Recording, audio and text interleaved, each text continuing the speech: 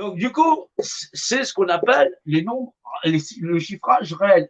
Ils vont de 1 à 8. Bah, tu vas me dire, et 9. Ah ouais, bah non, il n'y a pas de 9 parce que 9, c'est le renouveau, c'est la section du nombre d'or.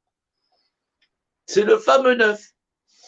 L'homme, il compte avec ce qu'on appelle des principes de graduation. Les principes de graduation, ils vont de 0, 1, 2, 3, 4, 5, 6, 7, 8.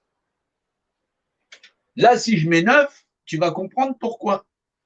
Parce que si je mets le principe de graduation, voilà, hop, je vais faire ça. Je vais être là. Ben oui, quand tu vas à l'école, ce qu'on te demande d'acheter, c'est une règle graduée. Ce que tu comptes, c'est les principes de graduation.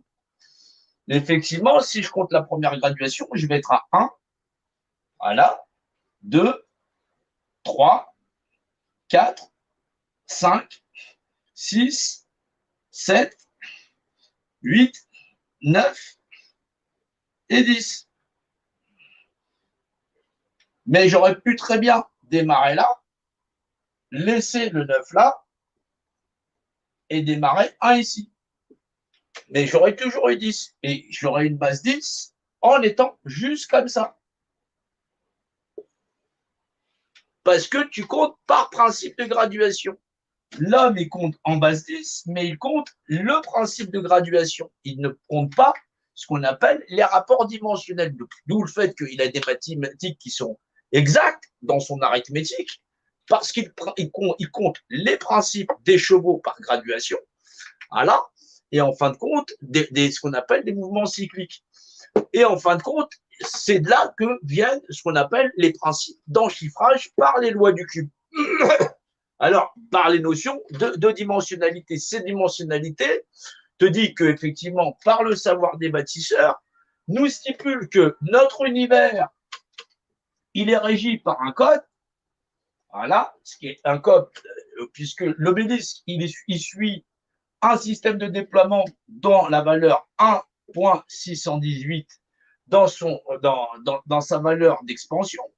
Voilà, il a un angle qu'on va répéter, puisqu'effectivement, si je fais l'étoile magique, la section de l'angle là, c'est un angle à 36 degrés. 36 degrés. Alors, on va comprendre les degrés après. C'est effectivement, on vit dans un principe de singularité régi par un rapport de, non pas tridimensionnalité, puisque cela se perçoit de par l'esprit. Ce qu'on appelle la valeur rationnelle. C'est ce qu'on les Égyptiens appelaient ça l'Amon-Ra. Et la valeur réelle, l'Amon-Ré, c'est ce qu'on appelle le manifesté. Se manifester Amon-Ra, Amon-Ré. L'Amon-Ra, c'est la valeur de l'esprit dans le manifesté. C'est le Ra qui fait le Ré. Voilà. Ce Ra, il fait le Ré, et en fin de compte, dans cette valeur-là, c'est pas un monde en 3 dimensions, puisqu'il est régi de par l'esprit, c'est un monde en 4 dimensions. Pour des individus qui ne sont pas, eux, en 3 dimensions, t'es pas une table et une chaise, t'es bien un être humain, donc doté de ce qu'on appelle de l'être. Voilà. L'être, c'est la notion de l'esprit. Voilà. L'être, c'est la notion de l'esprit. Et l'hume, c'est la matière. Voilà. L'hume, c'est la matière. Et donc, effectivement, ces notions-là, tu es un être humain. Voilà. Soit si tu es un humain, tu es un stylo, c'est humain. C'est hume, c'est de la matière.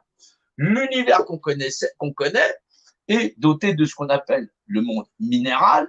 Le minéral, c'est la faille solide, structurelle de notre univers, qui s'appuie sur la matière, puisqu'on a là, effectivement, dans ce qu'on appelle la valeur végétative pour une valeur animative.